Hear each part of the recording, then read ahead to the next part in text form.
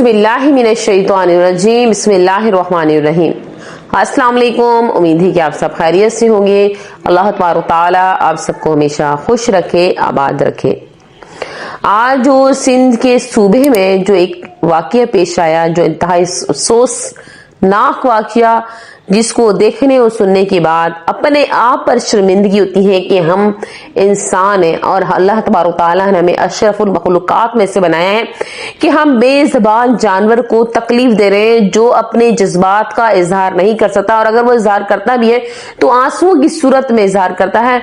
तो आप जो है, मैं आपको हजरत सोहैल अलैहिस्सलाम की कौम के बारे में बताने लगी हूँ। जो हजरत सोहैल अलैहिस्सलाम की कौम थी, उन्होंने भी अपनी अल्लाह तबारक तआला के पास से जो मौजा मिला था उठने की सूरत में उसे ज़िबह कर दिया था, तो अल्लाह तबारक तआला ने उन पर आज़ाब भेजा था।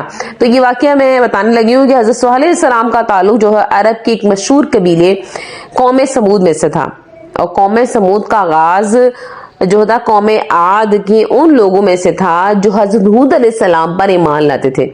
हजरत उन्हें जो लोग ईमान नहीं लाए थे, अल्लाह ताला ने उन्हें आंधी का अजाब भेजकर उनको नेस्त और नाबूद कर दिया था।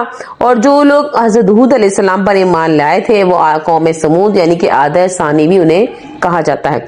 अल्लाह ताला ने उस कौम को बहुत ज्यादा रहमतें अता की थी, बख्शिशें, रहमतें, बरकतें, हर तरफ खुशहाली थी। वो पहाड़ों को तराश कर जो है शानदार महल बना लिया करते थे। अल्लाह ताला ने उन्हें मवेशी अता किए थे, बेटे अता किए थे, बागात, चश्मे और भी बहुत सारी किस्में थी, नेमतें जो अता की थी अल्लाह ताला ने।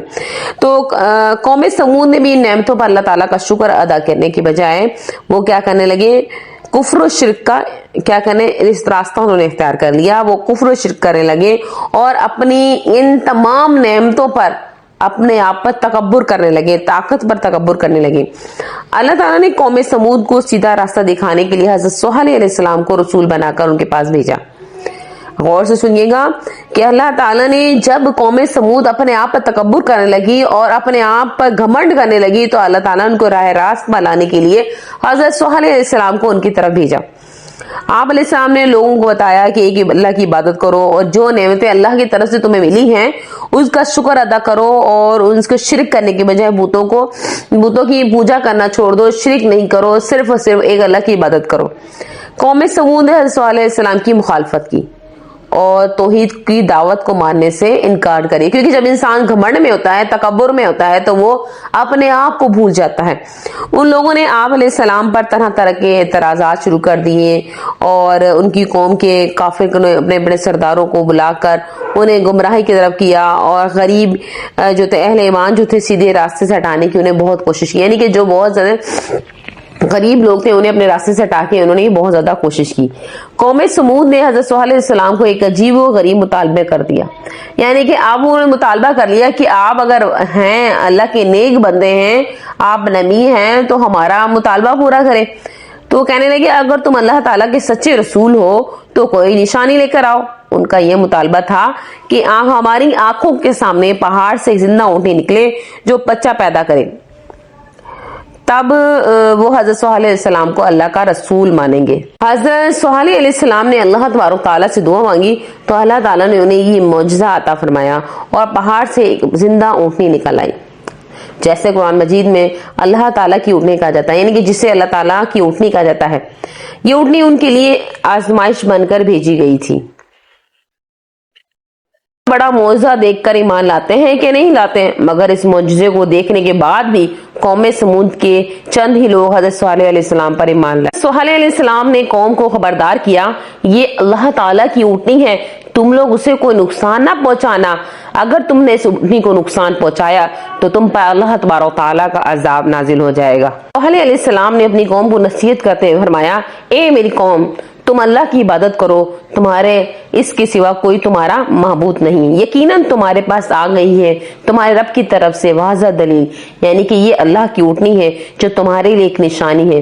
تو تم اسے چھوڑ دو گے تاکہ وہ اللہ کی زمین پر کھاتی پھرے، اور اسے برائی کے ارادے سے ہاتھ نہ لگانا، اور تمہیں دردناک عذاب آ پکڑ لے گا۔ اور تم یاد کرو جب اس نے تمہیں جانشین بنایا قوم عاد کے بعد، اور اس نے تمہیں زمین میں سے ٹھکانہ عطا فرمایا، تو تم اس زمین کے نرم حصے میں محلات بناتے ہو اور تم پہاڑوں کو تراش کر گھر بناتے ہو، لہٰذا تم اللہ کی نعمتیں یاد کرو اور تم زمین میں فساد کرنے والے بن کر نہ پھرو۔ یہ سورۃ الاعراف کی آیت نمبر 74 اور 73۔ قوم سمود کے لیے پانی حاصل کرنے کی جگہ کا ایک کنواں تھا جہاں سے وہ سب پانی پیتے تھے۔ حضرت صالح علیہ السلام کی قوم اور اللہ کی اٹھنی کے درمیان پانی پینے کے دن مقرر کر دیے گئے۔ آپ علیہ السلام نے ایک دن قوم اور ایک دن جانور کے پانی پینے کے لیے مقرر کیا، اور ایک دن اللہ کی اٹھنی پانی پیے گی۔ قوم کے لوگ اللہ کی اٹھنی کو کچھ دن تو برداشت کرتے رہے، لیکن پھر ان کافروں نے آپس میں مشورہ کیا کہ اسے ہلاک کر دیا جائے۔ پھر ان میں سے ایک بہت ہی برے آدمی نے اونٹنی کی ٹانگیں کاٹ ڈالی۔ اونٹنی چیختی ہوئی زمین پر گر پڑی اور مر گئی۔ اونٹنی کا بچہ یہ منظر دیکھ کر گھبرا گیا اور بھاگ کر پہاڑ پر چڑھ گیا، پھر وہ چیختا ہوا پہاڑ پر غائب ہو گیا۔ حضرت صالح علیہ السلام نے قوم سے فرمایا کہ تمہاری 3 دن کی مہلت ہے، تم کچھ اور مزے کر لو، پھر اللہ کا عذاب تمہیں گھیر لے گا۔ 3 دن بعد اللہ تبارک و تعالیٰ کا عذاب بہت تیز آواز اور زلزلے کی صورت میں آیا، جس نے تمام کافروں کو ہلاک کر دیا، اور اپنی طاقت پر اترانے اور غرور کرنے والے یہ لوگ اپنے گھروں میں بے بسی کی حالت میں مردہ پڑے رہ گئے۔ اس قوم کی حالت کے بارے میں قرآن مجید میں اللہ تبارک و تعالیٰ ارشاد فرماتے ہیں، سورۃ الاعراف کی آیت نمبر 78 اور 79۔